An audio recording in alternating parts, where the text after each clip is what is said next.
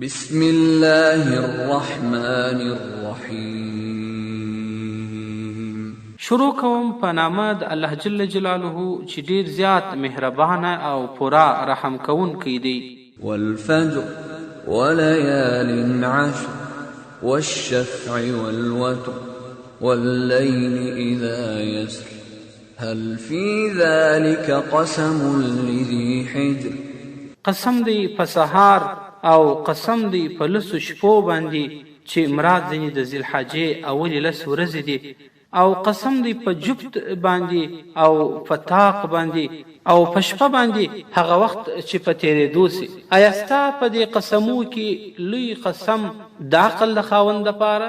ألم تر كيف فعل ربك بعاد إرم ذات العماد التي لم يخلق مثلها في البلاد وثمود الذين جابوا الصخر بالواد. آیا ندی کتلی تا او ندی لیدلی تا چې څنګه سلوک وکي او څه وکړل رب ستا د عادیانو سره چې ارم و چې دا یې لقب دی، چې خاوندان د لوړو قطو والا و لوړ قطونه یې درلودل. هغه قبیله چې نه و پیدا سوې د دوی په رقم او په مثل باندې په ښارونو کې. او څه وکړل رب ستا د سمودیانو سره، هغو چې تراشلې به یې ډبرې په کنده کې چې کورونه به یې ځینې جوړول. وفرعون ذي الأوتاد الذين طغوا في البلاد فأكثروا فيها الفساد فصب عليهم ربك سوط عذاب إن ربك لبالمرصاد. او څه وکړل رب ستا د فرعون سره چې خاوند د میخونو و، هغو چې سرکشي یې کړې و په ښارونو کې او بیا یې ډېر فساد وکړي په هغه ښارو کې. نو نازله کړه پر دوی باندې رب ستا هغه چلاخه د عذاب، یعنی عذاب یې ورکوي. بېشکه رب ستا په انتظار کښې دی د پاره د دوی. فأما الإنسان إذا ما ابتلاه ربه فأكرمه ونعمه فيقول ربي أكرمن. هر څه چې انسان دی هغه وخت چې وازموي رب د یعنی الله جل جلاله په راحت سره امتحان کې او عزت ورکي ودته او نعمتونه ورکي ودته و د انسان ته، نو دی وایي چې رب زما ماته عزت راکړي. وأما إذا ما ابتلاه فقدر عليه رزقه فيقول ربي أهانن. او کله چې بیا دی امتحان کې الله جل جلاله نو تنګ کې او کمی راولي پر د باندې رزق یې ورکم کې، نو دی وایي چې زما رب زه ذلیله کړم او زه یې سپک کړلم. كلا بل لا تكرمون اليتيم ولا تحاضون على طعام المسكين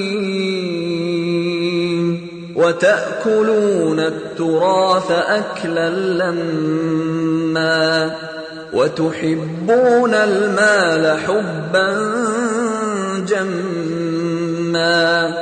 هیڅ کله نه، بلکې نه کوئ تاسو احسان او عزت د یتیم، او نه کوئ یو بل ته ترغیب او ټینګار تاسو د ډوډۍ پر مسکینانو او محتاجو کسانو باندې، او خورئ تاسې د میراث مال په ډېر خوړلو سره، او مینه او محبت کوئ تاسو د مال او دولت سره په ډېره مینه سره. کلا اذا دکت الارض دکا دکا وجاء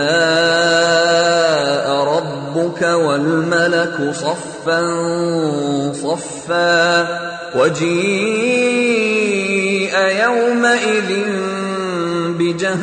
بجهنم يومئذ يتذكر الإنسان وأنى له الذكرى يقول يا ليتني قدمت لحياتي. داسې نه ده، هغه وخت چې ماته سي مځکه په ټوټه ټوټه کولو سره، یعنی د قیامت د ورځې زلزله پر مځکه راسي او راسي رب ستا بلا کیفه او ملائکې په صفونو صفونو سره او را به وستل سي په دغه ورځ دوژخ او جهنم. په دغه ورځ به نصیحت او پند اخلي، یعنی سوچ به کوي انسان او څه ګټه به ورسوي و ده ته دغه پند او نصیحت او سوچ کول. او وایي به ای کاش کې مخکې مې استولی وای نیک عمل دپاره د دغه ژوند د آخرت. فيومئذ لا يعذب عذابه